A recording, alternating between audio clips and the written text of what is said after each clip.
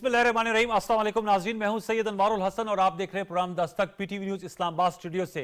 नाज़रीन, निगरान वज़ीर आज़म अनवारुल हक काकड़ साहब ने आज सीनियर सहाफ़ियों से मुलाकात की। इस मौके पर उन्होंने कहा कि इस मुलाकात का मकसद अपनी हुकूमत का नुक्ता नज़र जो अहम तरीन इशूज़ आवाम को इस वक्त दरपेश हैं और वतन अजीज़ को दरपेश हैं उस पर पर्सपेक्टिव पेश करना। बिजली के बिलों के मामले पर वज़ीर आज़म अनवारुल हक काकड़ साहब का कहना था कि इस सिलसिले में हुकूमत की IMF से राब्ते में है और पुरअज़म है कि इस सिलसिले में 2-3 रोज़ में कोई मुस्बत पेशरफ सामने आएगी और एक अच्छी खबर आएगी, बिलखसूस जो बिजली के सार्फिन हैं जो 400 यूनिट तक बिजली कंज्यूम करते हैं। उन्होंने कहा कि इस शोबे में लाइन लॉसेस का इशू है, बिजली चोरी का मामला है और IPPs के मुआहदात जिसमें कैपेसिटी पेमेंट करना होती है वो दर्द-ए-सर बने हुए हैं। इसके अलावा उन्होंने कहा कि इस मामले का मुकम्मल तौर पर हुकूमत को इदराक है और कुछ जो ये मामला है इसको ज्यादा बढ़ा चढ़ाकर भी पेश किया जा रहा है। उन्होंने कहा मुल्क की मईशत के साथ साथ सिक्योरिटी का भी बहुत बड़ा चैलेंज है।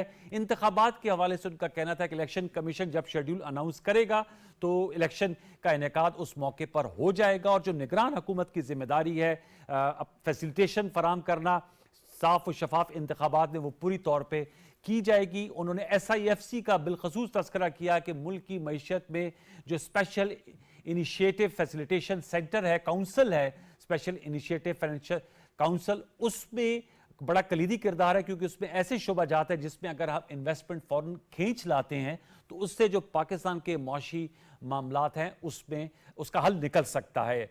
इस हवाले से हम गुफ्तगू करेंगे।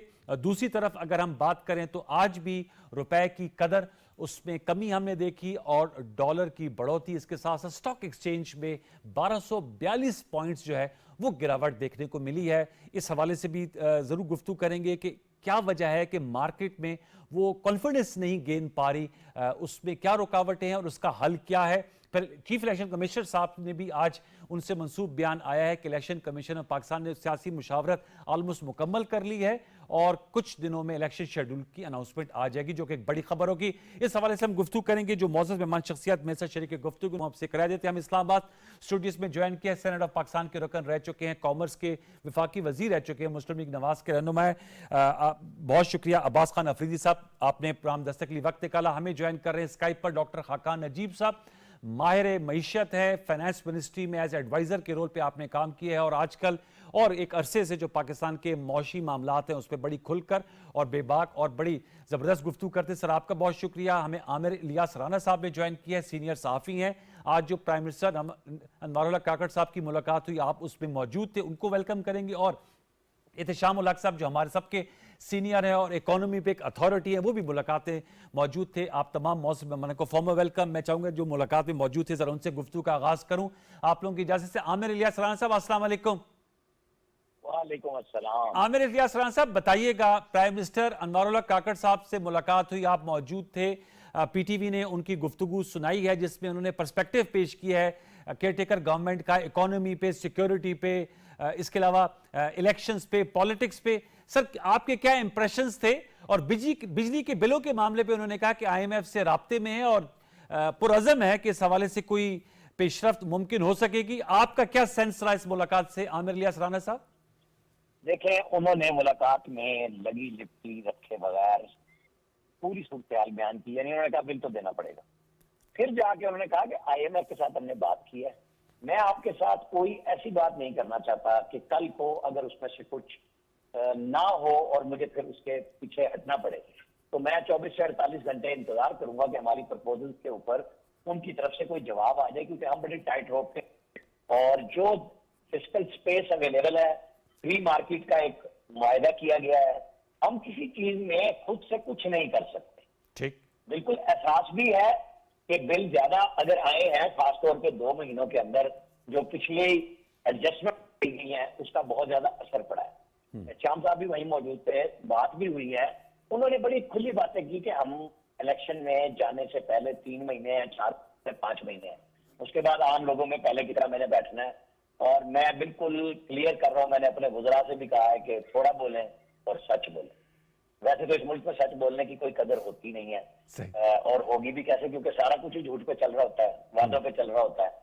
प्राइम मिनिस्टर ने अपने तय कोशिश की है, उन्होंने कहा मैंने वुज़रा को खत लिखा है उनको कहा है कि जो काम आप कर सकते हैं वो आप मुझे बताएंगे, जो नहीं हो सकते उनका भी बताएंगे कि वो क्यों नहीं हो सकते, कि हमें क्या क्या करना। मुझे एक अच्छा तासुर सिर्फ ये मिला, मतलब हम चूंकि खुशनुमा वादों के आदी होते हैं ना, कि प्राइम मिनिस्टर ने ये कह दिया। उन्होंने कहा कि बिल्कुल, उनसे कंटेस्ट भी किया साफियों ने कि जी मादनी वसाइल से माला माल मुल्क हम पढ़ते आ रहे हैं बचपन से, अब बच्चे भी हमारे जॉब्स में चले गए हैं। जी। तो उन्होंने कहा नहीं, ये बात ठीक है, अगर आज रिकॉर्ड 60-70 अरब डॉलर की है, उसके अंदर इन्वेस्टमेंट 10-12 अरब डॉलर की एक वक्त में आ रही है, तो पाकिस्तान का पोटेंशियल तो कई ट्रिलियन डॉलर का है। तो हमें ये नहीं सोचना चाहिए, क्योंकि 500 से 700 अरब डॉलर का तो यही ये खुद मंसूबा है 50-60 का, और कि उससे भी मोटी कई अरब डॉलर की इन्वेस्टमेंट आ रही है। उन्होंने ये कहा कि मैं एक ऐसी जगह पे आया हूं जहां एक जमहूरियत की गवर्नमेंट गई है और दूसरे के इलेक्शन होने हैं। उन पे एतराज भी हुआ कि जी आप कैसे कह रहे हैं कि इलेक्शन कमीशन ऐलान करेगा, इसके ऊपर बड़ा सदर साहब का भी है। तो उन्होंने कहा मैं तो लैंड ऑफ जो हमारा लॉ है उसके ऊपर बात करूंगा कि इस वक्त जाने वाली गवर्नमेंट बना के गई है कि ये इलेक्शन कमीशन ने करा, तो जब वो कराएंगे हम बात करेंगे। मेरे हिसाब किताब में उन्होंने एक सुलझी हुई गुफ्तगू की है, लोगों को बहुत ज्यादा पर उम्मीद नहीं रखा कि जैसे कह देना कि चाप गिर में आ जाएगा। उन्होंने बड़ा क्लियर कहा कि मिलिट्री के लिए मैंने चेक किया, वहाँ कोई फ्री यूनिट अवेलेबल नहीं है, वो अपने बजट से क्वार्टर मास्टर जनरल और एयरफोर्स नेवी सब करते हैं। जजेस में भी कुछ फैसिलिटीज मौजूद है। ग्रेड 1 से 16 के वापदा के मुलाजमीन का उन्होंने रिपोर्ट किया कि जब हर प्रोफेशन में जहां पे लोग काम कर रहे होते हैं वो इदारा उनको देता है, और वो 200 से 300 यूनिट के लिए फ्री है, बाकी पैसे देते हैं। और लेकिन जाहिर है लोगों में तासुर बड़ा है कि जी क्योंकि 200 आप यूनिट फ्री दे दें तो उसका मतलब है वो तो फिर वापदा वाले हैं ना, उनको उनका मीटर चेक करने कौन जाएगा। लेकिन मुझे लग रहा था कि वो बड़ी कई बातें कर गए हैं। अब देखते हैं रिएक्शन क्या आता है, क्योंकि अभी उनके एक्शन का टाइम है कि वो क्या करते हैं, उनको IMF क्या रास्ता देता है। लगता तो नहीं है कि IMF कोई हमारे साथ किसी किस्म की रियायत के मूड में है, कोई रियायत के मूड में। एहतिशाम उल हक साहब से भी मैं जान लूं। एहतिशाम साहब अस्सलाम वालेकुम। सर आपका क्वेश्चन भी मैं सुन रहा था, आपने पावर बिल्स की बात की और आपने कहा कि बहुत ज्यादा बिल्स आए हैं, जिनके 15,000 आते थे उनके 30,000 आए हैं। क्या क्या एहतिशाम साहब इसका हल वैसे आपकी नजर में क्या है? उन्होंने लाइन लॉसेस की भी बात की, जैसे आमिर साहब कह रहे हैं, IPPs मुआहिदात की बात की, फ्री यूनिट्स की भी हवाले से बात की। उन्होंने कहा कि उन्होंने पूरा इसमें स्पेड वर्क किया है और 17 से ऊपर जो है उस हवाले से हुकूमत सोच रही है मोनेटाइजेशन की, लेकिन जो वापदा के 1 से 16 गालिबन उनको नहीं छेड़ा जाएगा। एहतिशाम साहब देखें, जो मुझे सच्ची बात है, अच्छी बात लगी उनकी, जो हमेशा हमने देखा है कि जो भी लोग हुकूमत में होते हैं, चाहे इलेक्शन के बाद आए चाहे केयर टेकर हों, तो वो स्टेट ऑफ डिनाइल में होते हैं, कोई बात मानने के लिए तैयार नहीं होते, सब अच्छा की बात कर रहे होते हैं। तो आज उन्होंने बड़ी कैंडिड डिस्कशन, एक मैराथन पहली समझ लें दूसरों से मुलाकात की। उन्होंने बहुत से हवालों से एडमिट किया कि चीजें ठीक है, मुश्किलें हैं बहुत ज्यादा है, लेकिन 2 चीजों पर उन्होंने कहा कि ज्यादा फोकस है हमारा, एक मईशत है, दूसरा सिक्योरिटी है। और जो सवालात हुए आजकल हम देखते हैं, उन्हें बताया गया है कि जी आप देख लें मुल्क गिर लोग हड़ताल की बात कर रहे हैं, और ये लोगों के इंस्पेक्टेड बिल जो आए हैं ये मैथुर का मैचनेस होना चाहिए था, 2 महीने के बिलों ने लोगों को हिला के रख दिया है। तो उन्होंने कहा कि जो जिस तरह आमिर बता रहे हैं, बिल्कुल उन्होंने कहा कि जी हमने थोड़ी भरपूर बचत की है, करने के बाद अपनी प्रपोजल IMF को भेज दी है, 48 घंटे में बहुत सारी चीजें क्लैरिटी के साथ आ जाएंगी, तो मैं उस वक्त बताऊंगा। तो बाहर मुझे लगता है बॉडी लैंग्वेज, उनके साथ फाइनेंस मिनिस्टर और नदीर के मिनिस्टर भी बैठे हुए थे, तो लग रहा है कि कुछ चीजें मनवाने में आए से तैयार हो, मानने में तो कहते हैं ये मनवा लेंगे उनसे। और ये जो आम आदमी की बात, वो जो कहा जाता है एहतिशाम साहब कि 250 अरब रुपए हैं और वो लगाए जा सकते हैं, उस हवाले से कोई आपके पास इंफॉर्मेशन है? आज अखबारात में खबर कोट हुई है। वो देखें, एक इमरजेंसी फंड है और एक DIGC का फंड है। ये कहा जाता है कि जिस फंड में हुकूमत के पास एक खासी बिलियन में, इसमें तो 2 फिगर आए हैं, कोई 5 बिलियन की बात कर रहा है, 2 बिलियन की बात कर रहा है, एग्जैक्ट नहीं पता। अच्छा। लेकिन इतना कहा जा सकता है कि इससे, क्योंकि ये फंड पड़ा हुआ है, इसको यूटिलाइज किया जा सकता है। आप देखना यही है, IMF का प्रोग्राम जो कर रहे हैं वो कहते हैं कि जी इसमें हम कोई तब्दीली नहीं कर सकते, ये अनकंडीशनल ही चलना है। उस हवाले से मुश्किलात अपनी जगह हैं। और फिर वो बार बार बात कर रहे थे कि ख्याल ऐसी है कि इस वक्त मामला 80% कहते हैं आपकी इकोनॉमी जो है ना, वो तो कहना चाहिए अनडॉक्यूमेंटेड है, उसके मसाइल अपने हैं। लेकिन हम जो करने जा रहे हैं उसमें तो एक रिलीफ की जो बात की उन्होंने कि एक तो वो कह रहे हैं कि जी 200 से 300 यूनिट हम जो लोगों को दे रहे थे आपदा के, वो चलते रहेंगे। ग्रेड 16 से 17 से 22 वालों को हम रिलीफ 50% कट कर देंगे। दूसरा जो लॉन्ग अच्छा, 50% कट हो जाएंगे उनके यूनिट्स। हो जाएगा या लॉन्ग टर्म में वो कहते हैं कि जी जो हमारे पास प्रपोजल आई है, एक तो ये कि 3 से 5 साल में वो कह रहे हैं कि जी जो इन्वेस्टमेंट की बात हो रही है वो कह रहे हैं कि ये एक अच्छी खासी, ये तकरीबन 10 से 12 बिलियन डॉलर की तो जो कहा जाता है ये कॉन्टेक्स्ट ठीक है, क्योंकि 47 यूज साइंस तो उन्होंने फिगर दिया है कि ये 6 से 60 ट्रिलियन डॉलर, 6 से 60 ट्रिलियन डॉलर की हमारी माध्यम है, जिसके लिए हमने दोस्त मलिक से बात किया और वो आके इसके प्रोजेक्ट पे काम करेंगे। ओके। इतना और इश्यूज पे बात की, मेरा ख्याल है एहतेशाम साहब और इश्यूज पे आते, जरा मेरे साथ एक और इश्यूज पे आते। मैं चाहूंगा डॉक्टर खाकान नजीब साहब से एक नुक्ता लेकर फिर मैं सेनेटर अब्बास अफरीदी साहब के हो जाऊंगा। डॉक्टर खाकान नजीब से सर, आपने गुफ्तगू सुनी, चूंकि दोनों मोतबर सहाफी मुलाकात में मौजूद थे और एक पर्सपेक्टिव आया है क्योंकि finance minister doctor Shamshad Akhtar साहिबा और मोहम्मद अली साहब जो वजीर तवानाई वो भी मौजूद थे। सर, आप क्या कहेंगे? हुकूमत IMF से राब्ते में है, आपको तो बड़ा एक्सपीरियंस है, आप समझते हैं कि कोई फ्रूटफुल आउटकम आएगा? और ये जो 250 अरब रुपए की बात आ रही है कि हुकूमत के पास ये फंड होता है, क्या IMF ये गुंजाइश देगी हुकूमत के कि वो जो मोस्ट वनरेबल है या 400 यूनिट तक की बात हो रही है उनको कुछ रिलीफ दे सके, दे पाए? सनवार साहब, एक तो ये है कि मुल्क के फंडामेंटल मसाइल अपनी जगह खड़े हुए हैं, एनर्जी में भी हैं, टैक्सेशन में भी हैं, ग्रोथ मॉडल में भी हैं, इनको हम एक्सेप्ट करते हैं।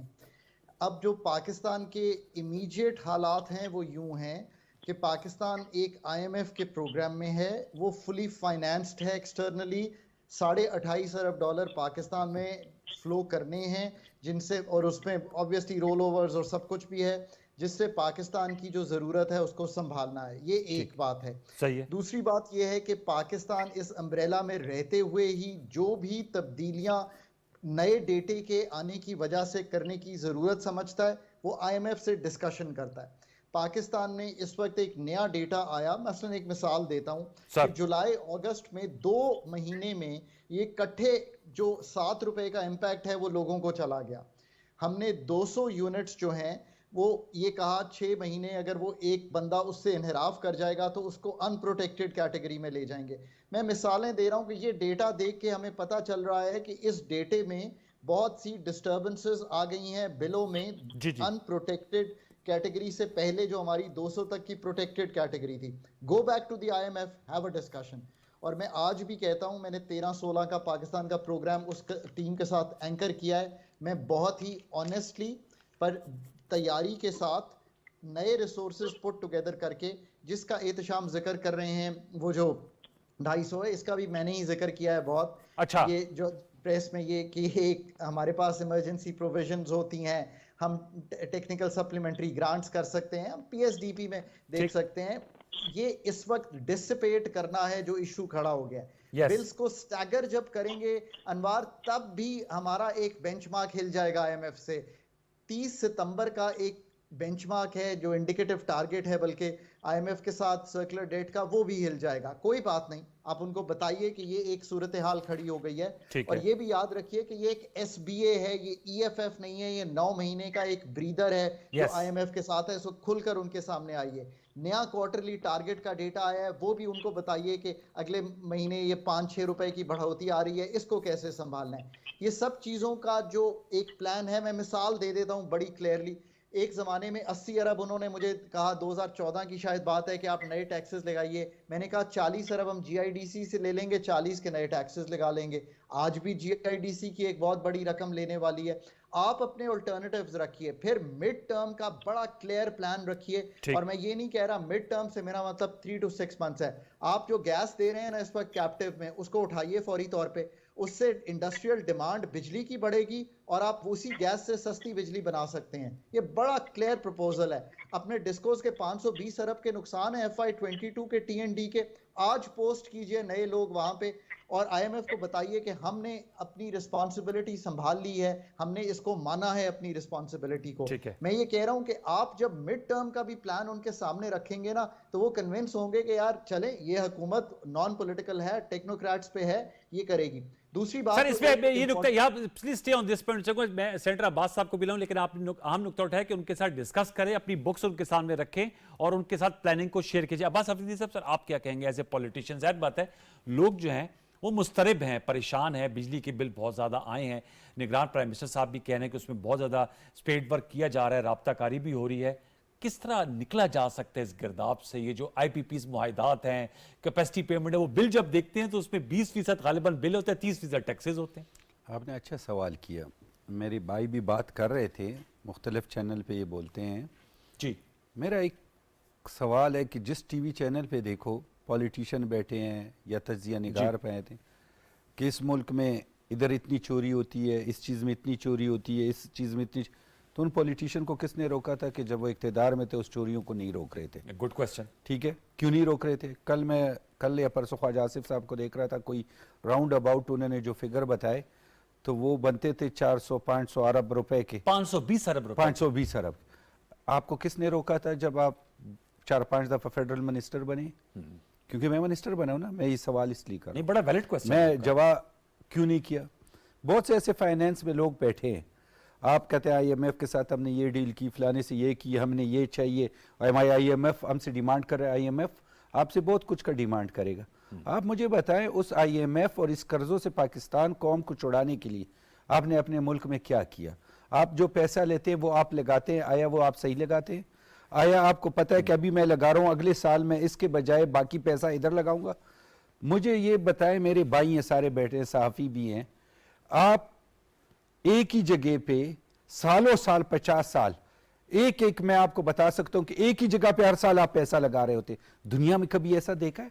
आपने कभी ये किया कि इस साल हम इस फील्ड में पैसा लगा रहे हैं, इसको डेवलप करेंगे, अगले साल हम ये करेंगे, अगला साल हम SIFC में कुछ सेक्टर तो मैं तो कह रहा हूं, हाँ मैं कह रहा हूं सेक्टर तो वेरीफाई है, मैं उसका मिसाल दे देता हूँ। एग्रीकल्चर है, बहुत आसान माइनिंग है, मैं बहुत आसान दे देता हूँ, मेरे साफी भाई भी शायद ना बोल सके और पॉलिटिशियन भी। आप एक ही ज़राअत में, हमारा टेक्सटाइल सेक्टर है, जी जी जी, कॉटन है, 2000 में हम 10 लाख बेल पे थे, वो इंडिया 13 पे था, आज वो 53 पे है। हम आज खुश हो रहे हैं कि हम 10 को टच कर लेंगे, 12 कर लेंगे। आपने एक ही लेटर निकालना है कि जो भी कॉटन प्रोड्यूसिंग एरिया है उसमें जो है गन्ने की काश्त नहीं होगी। क्या गन्ने की काश्त नहीं होगी? तो आपको जो है आप भी इंडिया की तरफ 50 उस पे पहुंच जाएंगे। मतलब सियासी अज़म की कमी है? नहीं, ऐसे सियासी अज़म की कोई कमी नहीं है। तो फिर ये आप कह मैं आपको बता रहा हूं ना, इस वक्त तो सियासी गवर्नमेंट नहीं है सर, अभी तो जुम्मन दिन हुए हैं ना। मतलब ये वो फैसले जो सियासी गवर्नमेंट नहीं कर सकती, क्यों नहीं कर सकती? मिसाल साहब, मैं बता रहा हूं, जाती इंटरेस्ट या जमींदार और जागीरदार और उनके ऊपर सरमायादारों के इंडस्ट्रियल के पैसे लगना। मैं बता रहा हूं ना, कि मैं बता रहा हूं कि इस मुल्क में सच बोलना जो है, आपने कहा ना कि सच कोई भी नहीं बोलता, झूठ बोलते हैं, और जो सच बोलता है वो बेचारा फिर जो है बैक बेंचेस पे ही बैठा रहता है, वो आगे भी नहीं आ सकता। आप मिसाल ले लें कि जो सरमायादार है वो जमींदार जागीरदार पे इलेक्शन में पैसे लगाता है, फिर जब पॉलिसी आती है फिर प्राइम मिनिस्टर के सामने बैठ जाता है कि जी ये नहीं करना, ये करना, ये नहीं। अभी ये गवर्नमेंट जो है, मेरे क्लास फेलो है वजीर आजम साहब, अच्छा, मैं भी ग्रामर स्कूल से पढ़े, वो भी ग्रामर स्कूल से पढ़े, ठीक है? तो आप सारी बातों में जाके बता सकते हैं, यही अभी सारे मसाइल आपको मैं उनको से मुलाकात का टाइम ले रहा हूं। मैंने लेबर का काम किया, 50 रुपए से जिंदगी शुरू की है, फिर मैं ग्रामर स्कूल में पढ़ा हूं, मैंने एक जिंदगी का एक सख्ती गुजारी है, फिर पार्लियामेंट का हाईएस्ट टैक्स पेयर था। हम सच को एड्रेस करने के लिए तैयार ही नहीं है। हम सिवाय टीवी को मैं देख रहा हूं कि ये है, इस तरह है, उस तरह है। आप मुझे बताएं कि अफगानिस्तान, इंडिया, हमारे साइड बॉर्डर पे ईरान है, 3 मुल्क हमारे, ईरान ने सालों साल लगाया एक सुपर पावर के साथ लड़ते हुए, ये करते हुए, आज वो हर एक चीज अपनी बना रहा है, ठीक है? अफगानिस्तान। एक ब्रेक लेनी है, अच्छा, ब्रेक लेते व्यूअर्स, एक छोटा सा वक्फा लेंगे, वक्फे में तो अफरीदी साहब मुकम्मल होगी, एहतशाम साहब, आमिर साहब, रियास राना साहब और हमारे साथ मौजूद हैं डॉक्टर खाकान नजीब साहब, उनसे भी गुफ्तगू करेंगे। अच्छी गुफ्तगू हो रही है, कहीं मत जाइएगा, एक छोटा सा वक्फा, दोबारा लौट के आते हैं, वक्फा ले लीजिए।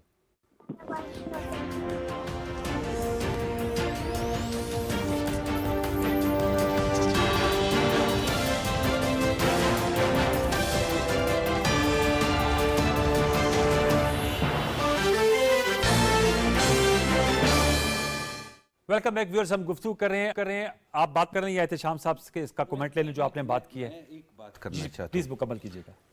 जब गवर्नमेंट्स बनती है तो लोग कहते हैं हमें CNW दो या कम्युनिकेशन मिनिस्ट्री दो। आपके मुल्क का सबसे बड़ा इंफ्रास्ट्रक्चर जो है रोड सेक्टर है जी। हर साल आप इस पे लगाते हैं $4 अरब। कितने? 4 अरब सूबे और सेंटर मिलके। डेवलपमेंट पे, रोड्स, मोटरवेज, ये वो आप पैसे लगाते हैं और हर साल आप उसको तोड़ते हैं। पाकिस्तान दुनिया का नक्शे पे वाहिद मुल्क है जिस पे एक्सेल लोड इंप्लीमेंटेशन नहीं होती। ठीक है, अभी सुने, मैंने 12 साल लगाए। कितने? 12 साल। 12 साल सेनेटर भी रहा, फेडरल मिनिस्टर भी रहा, सब कुछ रहा, बुक भी लिखी, तीनों हाईकोर्ट के केस जीता हूं, कंटेम्प्ट जीता हूं, सब कुछ जीता हूं, उसके बाद भी लागू नहीं होता। आप मुझे बताएं, ये लोग कह रहे हैं कानून बनाएं, लॉ बनाएं, ये $4 अरब आप सालाना उसको जाया करते। अमल दरामद 35,000 लोग इससे मरते हैं। कितने? 35,000 सालाना। ओके, और ये हम कुछ काम करने के लिए तैयार नहीं, सिवाय चोरी आपने के। सुना है, ये बड़ी खरी खरी और सच्ची सच्ची बातें की अब्बास अफरीदी साहब ने। वैसे इनका ताल्लुक पीएमएलएन से, व्यूअर्स को बता दें, अभी इनकी 16 माह की हुकूमत खत्म भी हुई है। जी बताइएगा एहतशाम साहब, क्या कहेंगे सर? देखिए अब्बास साहब की खरी खरी बातें हैं, काश कि इनकी जब हुकूमत थी उस तक भी खरी खरी उनको सुनाते। मैं यही बता दिया कि ये नून लीग में है और ये हुकूमत अभी खत्म हुई है इनकी। उस टाइम भी सुनाई है मैंने सर। कुछ बातें इनकी बहुत ठीक है, वाकई दर्द दिल रखते हैं। बहुत से वालों से जानता हूँ, इन्हें बड़ा काम इन्होंने किया है और अफगानिस्तान में भी काम करते हैं। देखिए दो चीजें हैं जो अहम है समझने वाली बात। जी सर। तो मौजूदा एक्शन दिए जा रहे हैं, मैयत दिए जा रहे हैं, अपनी जगह है, लेकिन आप देखते हैं कि पिछले 1 साल में हमारा $8 बिलियन का नुकसान जो हो गया है, $4 बिलियन की हमारी फॉरेन रेमिटेंस कम हुई है और $4 बिलियन जो है ना हमारा एक्सपोर्ट में कम हो गया है।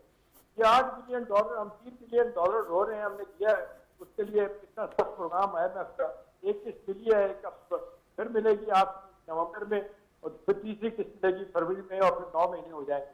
तो सवाल ये है कि ये जो $8 बिलियन का नुकसान हुआ है, इसको पूरा करने के लिए सर जोड़ के बैठने की जरूरत है कि ये रेमिटेंसेस ठीक की जाए, ये बैंकिंग चैनल से पैसा क्यों नहीं आ रहा, एक। और दूसरा, हमारी जो एक्सपोर्ट कम हुई है वहां पे देखना चाहिए कि कहाँ पे इंसेंटिव कम हुए हैं, जो जेन्युइन किस्म की मुश्किलात थी। चले फिजिकल नहीं, नॉन फिजिकल इंसेंटिव जो है एक्सपोर्टर्स पे वो होने चाहिए। डॉलर ने तो हमारी तबाही फेरी है, लेकिन देखिए ना बात ये IMF के साथ हमारा प्रोग्राम नॉन निगोशिएबल है। इस हवाले से हमारी मुश्किलात बहुत ज्यादा है और सॉल्व बैक करने के लिए कुशन हमारे पास बिल्कुल नहीं है। अच्छा, यही देखना है कि शॉर्ट टर्म में हमें क्या मिल सकता है, क्या कर सकते हैं। फौरी तौर पे तो इश्यूज है पर आवाम के प्रॉब्लम है, कैसे मिटिगेट हो सकते हैं, स्पेशली ये बिजली वाला मसला। फिर आप देख लें किस तरीके से हमारे मुल्क में बमों की आजकल बारिश है। आप देख लें पेट्रोल बम है, बिजली का बम है, हथियार का बम है। कोई ऐसी सूरत हाल होगी कि अब के लिए मुश्किल पैदा होगी। ये मसला एक दिन का नहीं है, ये बात माननी पड़ेगी। हमारी 3 सियासी जमातों जो है ना उनका नेशनल कौम कहें या उनका ये फेलर हुआ, PMLN है और पीपल्स पार्टी है। आज इन्होंने वक्त पे कुछ एक्शन किए होते तो ये सूरत हाल देखना पड़ती। अब मजबूरी आ गई है कि फौरी तौर पे आवाम को कुछ नहीं दिया जा सकता। अच्छा ये है कि मिनिस्टर साहब ये कहते हैं कि ये बिल जो है ना जमा तो कराने होंगे। अब पैसे नहीं है तो कैसे जमा कराएंगे, आप उसकी स्टार्टमेंट कर देंगे। एक ही चीज रह गई है कि जो 200-250 का फिगर आ रहा है, ये इमरजेंसी फंड है, GIB है या कुछ और, वो निकाल के दे दें। लेकिन लॉन्ग टर्म में तो चले बहुत कुछ हो सकता है, शॉर्ट टर्म में ये कुछ हो जाता है तो चले एक महीने के बाद मेरा ख्याल है IMF के साथ अगर बेहतर तरीके से बात हो जाए, बकौल मिर्जा इस्माइल के IMF के साथ ठंडे दिल से बात करनी होगी। इस तरह नहीं बात करनी जैसे साहब ने तड़ी लगा के बात की थी। जी बिल्कुल, उसका फायदा क्यों ना उस तड़ी का सर?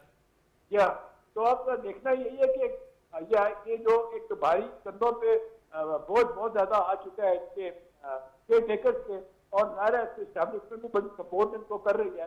किस अंदाज से सऊदी अरब, कतर, चाइना वो इन्वेस्टमेंट की बात कर रहे हैं, तो अल्लाह करे हमें मंजार से निकल जाए। लेकिन फौरी तौर पे तो निकलना मुश्किल है। लॉन्ग टर्म में चीजें जब प्लान हो जाती हैं और वक्त पे उन पे अमल दरामद हो जाता है तो मेरा ख्याल है कुछ बेहतरी तो उम्मीद की जा सकती है। जी अनवार मेरे साथ रहेगा। मैं चाहूंगा डॉक्टर खाकान साहब आपसे ये सवाल करना चाहूंगा। ये एहतशाम साहब ने भी अपना पर्सपेक्टिव दिया और उन्होंने यही कहा कि लॉन्ग टर्म में हमें कोई इसकी प्लानिंग इसके हवाले से करनी होगी। शॉर्ट टर्म में तो वही बात की कि 250 अरब रुपए अगर उनका बरूकार ला जाए। और आपने अफरीदी साहब की सारी गुफ्तगू सर मैं आपसे जानना चाहूँगा, हमें आ रहे बड़े एक्सपीरियंस है। डॉक्टर शमशाद अख्तर साहब स्टेट बैंक की गवर्नर रह चुकी हैं, पहले भी केयर टेकर मिनिस्टर, अब दोबारा मिनिस्टर हैं। डॉक्टर वकार मसूद साहब secretary finance, minister of state for finance, अब फिर मिनिस्टर हैं। कॉन्फिडेंस क्यों नहीं ले रही मार्केट? हम देख रहे हैं रुपए की जो कदर है उसमें मुसलसल गिरावट है। स्टॉक एक्सचेंज 1242 पॉइंट नीचे गिर गई। मार्केट में पैनिक क्यों है सर, क्या वजह है? देखिए, मार्केट्स की एक्सपेक्टेशंस और जो अनसर्टनिटीज हैं उन दोनों को मैनेज करना पड़ेगा। वो क्या हैं? वो ये है कि क्या हमारा आईएमएफ का प्रोग्राम चलेगा, वो क्या है कि हमारे एक्सटर्नल फ्लोज क्या होंगे, वो क्या है कि हमारी इन्फ्लेशन कैसे इन द नेक्स्ट 9 मंथ्स चलेगी, क्या हम अपने एनर्जी के शॉर्ट टर्म के मसाइल हल कर पाएंगे, क्या हम वाकई SIFC से कोई पैसे ला पाएंगे। लेट्स से कि मैं इन सारी 5-6 चीज़ें जो मैंने आपके सामने रखी हैं, मैं कल आकर इस पे एक बहुत ही क्लियर मार्केट ओरिएंटेड ब्रीफिंग दूं जो ये कहे कि मेरे एक्सटर्नल में $28.5 अरब जो है वो मैंने हैंडल करने हैं इस साल में, जो IMF के साथ हमने तय किया हुआ। उसके अगले 3 से 6 माह के ये फ्लोज हैं, जिनीवा से ये पैसे आएंगे जो हमने $9 अरब वहाँ तय किया था। प्रोग्राम लोन ये हैं, वर्ल्ड बैंक से ये पैसे आ रहे हैं प्रोग्राम लोन के अंडर, प्रोजेक्ट लोन्स में ये है, कमर्शियल फाइनेंसिंग ये है। मार्केट्स को तकवीत मिलेगी। You have to continuously communicate with the markets. ये दुनिया बदल गई है, ये वो दुनिया नहीं है कि मैं एक बजट लिख दूं और फिर 12 महीने बाद बताऊं कि अब क्या हुआ। आपको कंटिन्यूसली डेटा, जो हाई फ्रीक्वेंसी डेटा है, जो हर माह आ रहा है फॉर एग्जांपल, उसको देखते हुए मार्केट के साथ कम्युनिकेशन खोलनी है। अब कल मार्केट में एक खबर आई, जो आपने डिप्टी गवर्नर थे शायद जिन्होंने ये बात की कि हमें मॉनेटरी टाइटनिंग के अलावा हमारे पास कुछ नहीं है। माजरत के साथ ऐसा नहीं है। पाकिस्तान अगर अपना फिस्कल का खसारा यानी कि मालियाती खसारा संभाले तो जो इस वक्त मनीज का फ्लो है, जिसे हम कहते हैं जो M2 जो ब्रॉड मनी फ्लो है, ये कम हो जाएगा, तो शायद आपको मॉनेटरी टाइटनिंग उतनी नहीं करनी पड़ेगी। सो चीज़ें तो हैं, वो चीज़ें शॉर्ट टर्म में भी मुश्किल हैं। सो आप बता दीजिए कि एक्सपेंडिचर के कट्स, टैक्सेस का जो पुश है जिसको हम कहते हैं कि इम्प्लीमेंट करना है, टैक्सेस की इन्फोर्समेंट है, उससे हम 9200 अरब पे कैसे जाएंगे। फिर आप एनर्जी पे देखिए ना, बड़ी क्लियरली ये बात बता दीजिए। Sorry, let me come back. सो जो मॉनेटरी टाइटनिंग की बात शुरू हुई, उसने आज मार्केट को बहुत इम्पैक्ट किया है। अच्छा। जो एक्सटर्नल फ्लोज और जो हमने थोड़ा सा खोला हुआ है, कदगन उठाई हुई है इंपोर्ट्स पे, उसने हमारी इंटरबैंक में भी प्रेशर क्रिएट किया है। और आउटसाइड तो एक्सपेक्टेशन ये है कि मैं आज डॉलर खरीद लूँ, ग्रे मार्केट में खरीदूँ, मैं कर्ब मार्केट में खरीदूँ, तो मुझे 1 दिन 2 दिन 4 दिन में 1 2 3 रुपए मिल जाएंगे।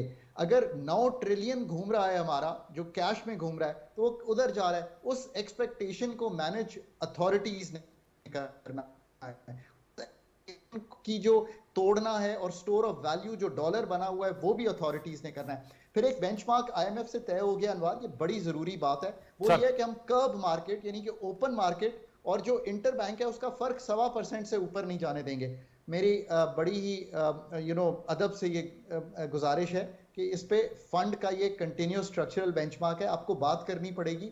वो तो वैसे ही टूट रहा है, आप 5 दिन से ज्यादा 5% का फर्क रखे हुए हैं, तो आपको उनसे बात करनी पड़ेगी कि एक inter bank market, regulated market, फर्क डायनामिक, 29 बैंक्स ट्रेड कर रहे हैं लाइसेंस के साथ, उसको एक 5-8 मिलियन डॉलर की ओपन एक्सचेंज मार्केट को फॉलो करना शायद is not the smartest strategy. हम इंटरवीन नहीं करेंगे। So what I am trying to say is कि engage with the markets, engage to manage the expectations और अनसर्टेनिटीज को रिमूव किए। यहाँ पे एक पॉलिटिकल कमेंट करूंगा। आज अगर ECP ये बात कर रहा है जनवरी फरवरी की इलेक्शंस डेट देने की, जी, तो ये भी एक अच्छी बात है ना। हमें एक सर्टेनिटी तो देनी पड़ेगी इस बात को कि हमने कैसे इस को क्रिएट करना है, ये भी एक सर्टेनिटी होगी। फिर देखें जी, असल बात जो है वो ये है कि ये तो मैं पाकिस्तान को मैनेज करने की गुफ्तगू कर रहा हूँ, जो 5 से 6 से 8-9 महीने का प्लान है, जिसमें फंड के साथ और ये बाकी काम करते हुए हम मैनेज कर लें। असल बात तो ये है, जैसे सेनेटर साहब दुरुस्त फरमा रहे थे, आप प्लान रखिए कि आपने कौन से डिस्कोस को प्राइवेटाइज करना है, आप प्लान रखिए कि आपने रेल पे कैसे अपना फ्रेट शिफ्ट करना है, आप प्लान रखिए कि पाकिस्तान ने इंडिजिनसली कौन सी इंडस्ट्री लगा के कैसे ग्रो करना है। एग्रीकल्चर की पैदावारी सलाहियत 1/3 है compare to the best, wheat में भी, मेज में भी, राइस में भी, कॉटन में भी। आप प्लान रखिए। ये प्लान किसने रखना है? Let's be very clear on this. ये प्लान उन्हीं पॉलिटिकल पार्टीज ने रखना है जिनको हमने वोट देना है। Exactly. Let's be very honest, they have to come up with this plan। और मैं कहता हूं this is music to our ears to listen to this कि जी ये प्लान होगा, पर ये प्लान ऐसे नहीं होगा कि आप कहें कि हम यहां से पैसे ले लेंगे वहां से। प्लान ये होगा कि माइक्रो लेवल पे मैंने ये 3 चीजें, PIA 100 अरब का नुकसान कर रही है, बता दीजिए क्या करना है उसका।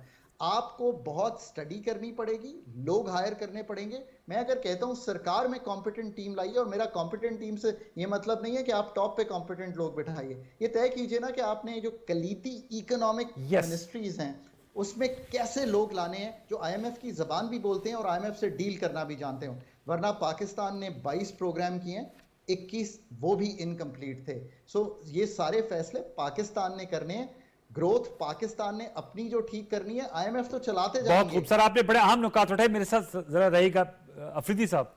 Sir, buck stop set you सियासी जमातों के पास, और मैंने आपकी बात काटी नहीं थी, लेकिन जाहिर बात है आप कह रहे थे ख्वाजा आसिफ साहब को भी, आप खुद भी माशाल्लाह पीएम मैं इसी का जवाब दे रहा हूँ।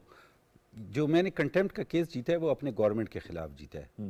किसके खिलाफ? अपनी हुकूमत में भी नहीं चल रही आपकी। मैं सुने तो सही, मैंने अपनी पार्टी में भी नहीं चल रही। जो अभी मैंने कंटेम्प्ट का केस जीता है स्टेट के खिलाफ, ये मेरी गवर्नमेंट थी जो मैंने केस किया था, तब भी मैंने जीती है और फिर भी मैं नहीं कर सका। बेबसी की बात कर रहा हूँ। डिस्कनेक्ट की वजह क्या? मैं बताता हूँ। मेरी भाई ने बात की और इनसे मैं पूछूंगा भी, दुनिया में जो ये बिजनेसेस होते हैं और बिजनेस टाइकून्स होते हैं, वो उनको एक इजाजत होती है स्टेट की तरफ से कि वो हेल्दी कंपटीशन करें। बिल्कुल। मेरी बाई से मैं पूछूंगा, इधर इदारे मौजूद हैं, नेपरा, पेमरा, CCPA, फलाने फलाने फलाने, ये इदारे इन एक्टिविटीज़ को मॉनिटर करते हैं, उसमें फिर आवाम के लिए और बिजनेस कम्युनिटी आसानियां पैदा करते हैं।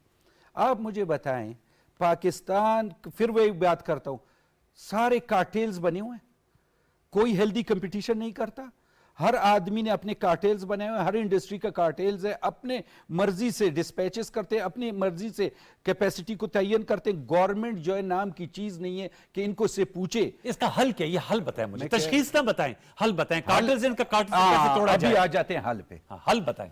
हल ये है कि निगरान वजीर आजम जो हैं, इनका बिजनेस कम्युनिटी के साथ काम नहीं है, इनका वोट खराब नहीं होता। जो फैसले सारी सियासी पार्टियां नहीं कर सकती, जो हाईजैक होती है या बिजनेस कम्युनिटी से या जिम्मेदार से या जागीरदार से, इस टाइम ये गोल्डन काम है। प्राइम मिनिस्टर साहब को चाहिए कि एक हफ्ते की होमवर्क करें और उसके बाद हर वो फैसला करें जो 10 साल ये प्राइम मिनिस्टर साहब हिस्ट्री बना सकते हैं। क्यों? क्या फैसला करें? वो ये फैसला करें कि कोई कार्टेल्स इस मुल्क में अलाउड नहीं होंगे। 5800 गाड़ियां अफगानिस्तान और ईरान से पाकिस्तान में डेली फ्लो कर सकता है। 5800। आजकल फ्लो है खाली 1800 गाड़ियों की। कितनी की? 1800। ये पैसों की मशीन है। बॉर्डर्स क्या है? पैसों की मशीन है, इन आउट। आप ये प्राइम मिनिस्टर साहब ये कह सकते हैं कि मुझे डेली रिपोर्ट चाहिए 5800 गाड़ियों के इन आउट हो। ये जो पैसा रिश्वत हम कहते हैं ना कि अफगानिस्तान से हमारी गाड़ी बॉर्डर तक आती है, हम 1 रुपए नहीं देते, फिर वहां से जो पेशावर तक आती है तो हम 30,000 देते हैं। ईरान से गाड़ी आती है, हम 1 रुपए नहीं देते, ईरान से फिर कराची तक आते हैं, हम 30,000 देते। प्राइम मिनिस्टर इस वक्त बैठे हुए हैं, उनको फुल अथॉरिटी है, एस्टेब्लिशमेंट की सपोर्ट है, वो एक पॉलिसी बनाएं और उन लोगों के साथ नहीं, मेरे भाई भी नाराज ना हो जाएं, जिनकी शख्सियत की एक की वर्थ पाकिस्तान की पूरी है। कितनी? पाकिस्तान की एक शख्स की वर्थ जो है ना, वो पाकिस्तान की जितनी पहुंच गई है। और पाकिस्तान इस हाल में पहुंच गया कि जिस हाल हमारे जो कानून मौजूद है, हमें नए इस्लाहात की जरूरत है, नए कानून साजी की जरूरत नहीं है। जो मौजूद है उसको खाली चलाना है, ठीक करना है, कानून के मुताबिक चलाना है। और आप समझते हैं वो केयरटेकर गवर्नमेंट कर सकती है? ये केयरटेकर इस वक्त नॉन पॉलिटिकल नहीं कर सकती। वो इसलिए कि उनके अपने वोट होते हैं, मेरा वोट खराब नहीं हो जाए। अभी मिसाल बिजली का ले ले, दुनिया में कोई मुझे बताए, लंदन जाए, अमेरिका जाए, जिधर 7 बजे दुकानें बंद हो जाती। एक ग्रोसरी, कितनी दफा आपकी हुकूमत ने कहा कि लेकिन कर ही नहीं पाए। मैं यही बता रहा हूं, क्या है कि रेस्टोरेंट खुले, सब्जी फ्रूट वाला खुला है, मेडिसिन खुले, बाकी सब कुछ बंद। इधर ये कहते हैं हड़ताल कर रहे हैं। ये वक्त है कि इनको बोलें कि 7 बजे दुकानें बंद होंगी। मुझे आप बताएं, आपने ये सूट खरीदना है जी, आपने रात को 10 बजे खरीदना है। जब 10 बजे दुकान बंद होगा तो आप सुबह खरीद लेंगे, चले जाएंगे, खरीद लेंगे ना। 2 दिन दुकानदारों की सेल खराब होगी, 3 दिन सेल खराब होगी, फिर वही चीजें सुबह खरीदारी हो जाएगी जिसने खरीदारी। प्राइम मिनिस्टर साहब को चाहिए कि वो फैसले सारे कर लें कि जिससे मुल्क को नुकसान पहुंच रहा है। सियासी लोग कंप्रोमाइज हो जाते हैं अपने वोट के लिए, बैंक के लिए, और ये वक्त है कि ये एक हिस्ट्री बना सकते हैं, सारी क्राइसिस को खत्म। Very important. इत्तेशाम साहब, ये तो सर कह रहे एक तारीख रकम कर सकते हैं निगरान वजीर आजम अगर ये फैसले कर लें, क्योंकि सियासी हुकूमतें बकौल अब्बास अफरीदी साहब की, जो खुद एक पॉलिटिकल वर्कर है, सेनेट ऑफ पाकिस्तान के रिकन चुके हैं, मेंबर कौमी असेंबली के इलेक्शन लड़ते हैं, वो कंप्रोमाइज होती हैं। देखिए, अब्बास साहब हमारे भाई बड़ी बातें तो अच्छी कर रहे हैं, लेकिन ये इतना आसान भी नहीं है। बस। एजेंट नहीं है कि वो सारी चीजें अपना ये 9 महीने में या 6 महीने में या 7 महीने में करके चले जाएं। हाँ, एक हो सकता है कि एक बाकायदा बात पॉलिसी डायरेक्शन दे के चले जाएं और उसको अडेयर करें, तब तो बात बन सकती है। लेकिन आप जिस तरह बिजली की आप बात ले लें, आपको भी पता है, मुझे भी पता है कि ये जो स्टेट रियासत की जो डिस्ट्रीब्यूशन कंपनीज है, जनरेशन कंपनीज है, जिसको ये Yes. इतना नुकसान दे रही है, ये बिगेस्ट होल जो एनर्जी का है हमारे इसमें फाइनेंशियल उसमें, तो इसको दूर करने के लिए प्राइवेटाइज कर दी जाए, छोड़ दी जाए। Yes. लेकिन अगर यही हाल रहा तो इसको तो 52 रुपए पर यूनिट पे बिजली मिल रही है। और देखा जाए तो जो जमात इस्लामी के सेनेटर मुश्ताक हैं, वो तो दावा कर रहे हैं कि अगला बिल जो आना है वो 90 रुपए पर यूनिट पे आना है। तो वो तो बाबा हो जाएगी अपना अनुमान सब लोगों की। वो तो बिल्कुल सर, वो तो 90 रुपए पर यूनिट तो अफोर्डेबल बिल्कुल भी नहीं होगा सर, वो तो। तो इसको साथ लेके चलने का तो मतलब यह है कि ये सियासी जमातें जो है ना, माजरत के साथ इनका फोकस नहीं है। ये बड़े पार्टी पॉलिटिकल इंटरेस्ट के लिए काम करते रहे। अगर थोड़ा सा भी इन्होंने काम किया होता, देखिए अनवार, करप्शन तो दुनिया के हर माशरे में है, अफ्रीका में भी है। फर्क यह है वॉल्यूम कितना है। अभी आप मिडिल ईस्ट चले जाए, साउथ ईस्ट एशिया में, वहाँ पे मलेशिया, इंडोनेशिया में करप्शन किया, कमीशन भी लोग खाते हैं लेकिन काम भी होता है। हमारे यहाँ सिर्फ यही है कि कमीशन खाई जा रही है, पैसा खाया जा रहा है, काम नहीं हो रहा। अब यह है कि मुल्क को वापस किसी पटरी पे लाना है मीशत को, उसके लिए जरूरी है कि 2-3 बड़े काम, एक तो एनर्जी सेक्टर, इसको ठीक कर दें, और जो ये हमारे, अब देखें ना, पीआईए ने और पैसे मांगे हैं, तकरीबन 70 अरब रुपये और मांग लिया। जी। तो पीआईए में आप देख लें कितने जहाज हैं, इससे कुछ 20 गुना ज्यादा जनाब उनके एम्प्लॉइज हैं। इस तरह स्टेट कॉर्पोरेशन बाकी जिस तरह हेमरेजिंग उनकी हो रही है, ब्लीडिंग हो रही है। अभी आप देखते हैं लोग केस लेके चले जाते हैं, थोड़ा सा पहले स्टील मिल के एक ऑफिसर चले गए वहाँ सुप्रीम कोर्ट में कि जी मेरी प्रमोशन नहीं हुई, तो वहाँ पे एक जज साहब ने पूछा 3 साल से बंद है तुम्हारी बिल, तुम लोगों को शर्म नहीं आती कि बजाय इसके कि आप चुप करके बैठे, आप कहते हैं हमारी प्रमोशन नहीं हुई। तो बात यह कि ये कब तक हुकूमत जो है ना इनको खिलाती रहेगी। ये नुकसान तभी पूरा हो रहा है कि IMF हो, वर्ल्ड बैंक हो, सारे लोग कह रहे हैं कि भी आपकी इकोनॉमी को ठीक करने के लिए जरूरी है कि पहले तो आपके अखराजात जो कम होने चाहिए, जो इस कदर है नॉन डेवलपमेंट एक्सपेंडिचर आपका कट होना चाहिए। फिर आपके जो अदारे बीट कर रहे हैं उनको आप प्राइवेटाइज करें। अच्छी बात है ये एयरपोर्ट आउटसोर्स कर रहे हैं, तो जान छुड़ाए इनसे, इतना पैसा इस हवाले से लग रहा है। और फिर ये सबसे बड़ी बात है अनवार के FDR को जब तक इसकी रिस्ट्रक्चरिंग नहीं होगी, लोग कहते हैं, आज भी प्राइम मिनिस्टर साहब ने बात की है कि 9% है टैक्स टू GDP रेशियो, और फिर उन्होंने मिसाल की स्वीडन की या डेनमार्क की, वहां पे। लेकिन ये एहतशाम साहब आपने भी सुना है FBR का सर शब्बर जैदी साहब को भी लिया है, वो भी तोबा तायब होके चले गए। सेल्फ, आपको याद होगा शौकत अजीज साहब के दौर में कहा था कि खुद से अपनी एवेल्युएशन करें, वो भी मामला जो है वो पिट गया। FBR में सुधार जो है बड़े बड़े लोग लेकर आए हैं, लेकिन अनफॉर्चुनेटली वो हो नहीं पा रहा। मेरे साथ रहेगा, मैं चाहूंगा डॉक्टर खाकान साहब, आपने तो PMLN की गवर्नमेंट के साथ भी काम किया और पाकिस्तान तहरीक इंसाफ के साथ भी काम किया है। आवाज अफरीदी साहब तो कह रहे हैं पॉलिटिकल गवर्नमेंट्स तो कॉम्प्रोमाइज्ड होती हैं, तो सर आपका क्या एक्सपीरियंस है? और कह रहे हैं केयर टेकर प्राइम मिनिस्टर जो है उनके पास तारीख बनाने का मौका है। Your experience with the political governments, because you have worked with both of them. जी, मैंने पॉलिटिकल गवर्नमेंट्स के साथ भी काम किया। जब शमशाद साहिबा पहली दफा आई थी तो मैंने तब भी इनकी अच्छा भी सपोर्ट किया था। सो आई अंडरस्टैंड। देखिए, एक तो बात यह कि ये जो इस वक्त केयर टेकर गवर्नमेंट है, ये एक थोड़ी सी मुख्तलिफ केयर टेकर गवर्नमेंट है, एम्पावर्ड है लॉन्गर टाइम पीरियड के लिए। कॉन्स्टिट्यूशन में इनको एक सख्त दी हुई है, PPP में, प्राइवेटाइजेशन में, इंटर गवर्नमेंटल काम में, और IMF और मल्टीलैटरल्स में, ये तो सख्त इनके पास मौजूद है। इसकी गार्ब में जो भी ये फैसले करना चाहें कर सकते हैं, और मैं इसीलिए आई एम वेरी होपफुल कि कुछ ना कुछ फैसले तो करेंगे और कम्युनिकेट करेंगे उन फैसलों को, ताकि बात आगे बने। बट अनवर भाई, टू बी ऑनेस्ट, अब मतलब अगर मैं दिल की बात रखूं तो मैं हमेशा कहता हूं कि HR इज पॉलिसी। चाहे वो पॉलिटिकल पार्टीज के अंदर की HR हो, चाहे वो हमारी मिनिस्ट्रीज की HR हो, अगर आप पहले ये बात मानेंगे ही नहीं कि मेरे पास ऐसे लोग ही नहीं हैं जो मेरे बजट को रिफॉर्म कर सकें, या मेरे एनर्जी सेक्टर को रिफॉर्म कर सकें, या मेरे जो टैक्सेशन के निज़ाम को रिफॉर्म कर सकें, तो फिर तो बात कहीं शुरू ही नहीं ना होगी। ये बात शुरू, लोग शायद समझते हैं कि सारा बात जो है वो विल की है। आपका ख्याल है कि जनरल मुशर्रफ के जमाने में 100 अरब का सर्कुलर डेट था, जब PPP छोड़ के गई तो वो 500 अरब का हो गया, फिर 1100 का हुआ जब PMLN ने छोड़ा, 2300 PTI, और अब 2500। आपका मतलब है कि ये सारी हुकूमतें ये चाहती नहीं थी कि ये ठीक हो? ऐसा नहीं है। Okay. सब ने कोशिश की, बट इसको ठीक करने का अब माने इस बात को कि आप एक जनरलिस्ट निज़ाम से आप एक टेक्निकल और प्रोफेशनल डिपार्टमेंट्स नहीं चला सकते। अपने अंदर जाके ये सोच पैदा करें। जब तक आप खुद लोग साथ लाएंगे नहीं और उनको इस मिनिस्ट्रीज के अंदर बिठा के पॉलिसी वर्क नहीं करवाएंगे और फिर उनकी इम्प्लीमेंटेशन नहीं देखेंगे, तो जो एडमिनिस्ट्रेटिव और मैनेजरियल काम है सिर्फ, वो होंगे नहीं।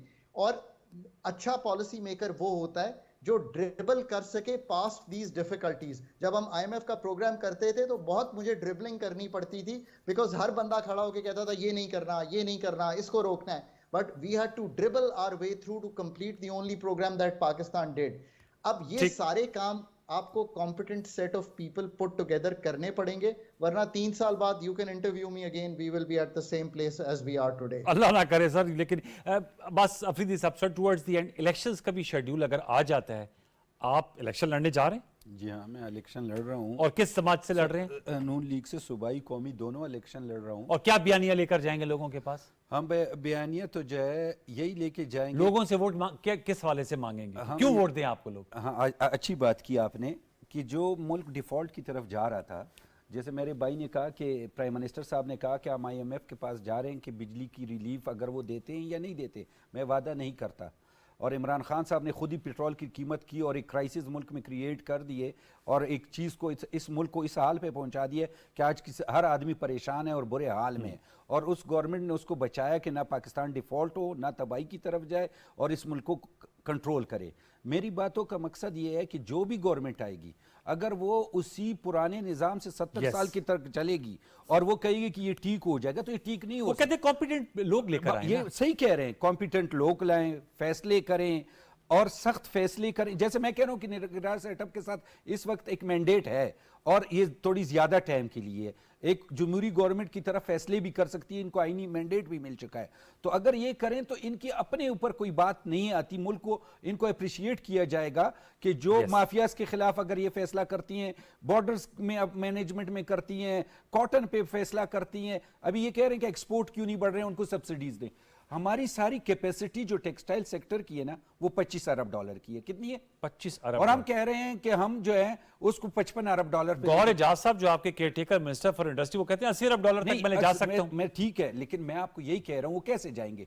वो इस तरह जाएंगे कि हम टेक्सटाइल सेक्टर को मराद दे दें, बिजली भी सस्ती दे दें, गैस सस्ती दे, लेकिन उनसे बदले में मुल्क के लिए कुछ लें। वो क्या चीज है? वो क्या? हाँ, कि हम उनको बोलें कि आप फिनिश गुड्स पे जाएं, आप वैल्यू एडिशन पे जाएं, आप जो है कॉटन की हम प्रोडक्शन बढ़ाएं और उनको मराद के बदले स्टेट के लिए कुछ चीजें लें जिससे रोजगार 1 करोड़ लोगों को आए और वो उनकी एक्सपोर्ट और लार्ज मैन्युफैक्चर यूनिट पे जाएं जिसमें हमारी कैपेसिटी बढ़े और हम 50 और 55 और 60 अरब डॉलर पे जाएं। इस इंडस्ट्री के साथ जिसकी कैपेसिटी ये है और जिसके साथ हम मराद दे भी तो कोई फायदा नहीं हो रहा, तो चाहिए कि गवर्नमेंट भी उनको ऐसी टेक्सटाइल पॉलिसी दे जिसमें उनको बैंक इंटरेस्ट रेट्स भी रिड्यूस कर दें, बिजली भी, लेकिन साथ में 20 साल की पॉलिसी देके उनको कहें कि आपने अगले 5 साल में 70-80 अरब डॉलर पे जाना है। यस, उनको टारगेट भी दिया जाए। बिल्कुल, वक्त खत्म हो जाता है। आपका बहुत शुक्रिया सेनेटर अब्बास खान अफरीदी साहब, इत्तेशामुल हक साहब आपका बहुत शुक्रिया, डॉक्टर खाकान नजीब साहब और आमिर इलियास राना ने व्यूअर्स ज्वाइन किया।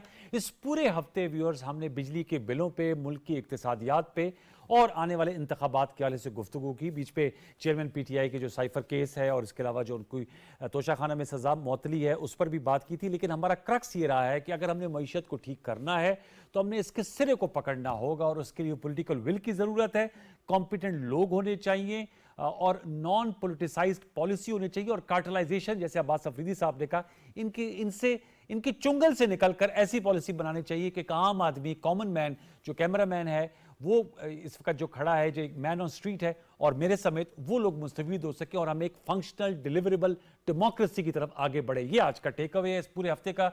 अगले हफ्ते तक के लिए सैयद अनवारुल हसन और प्रोग्राम दस्तक की प्रोडक्शन टीम को इजाजत दीजिए। अपना बहुत सा ख्याल रखिए। अल्लाह ने के बाद।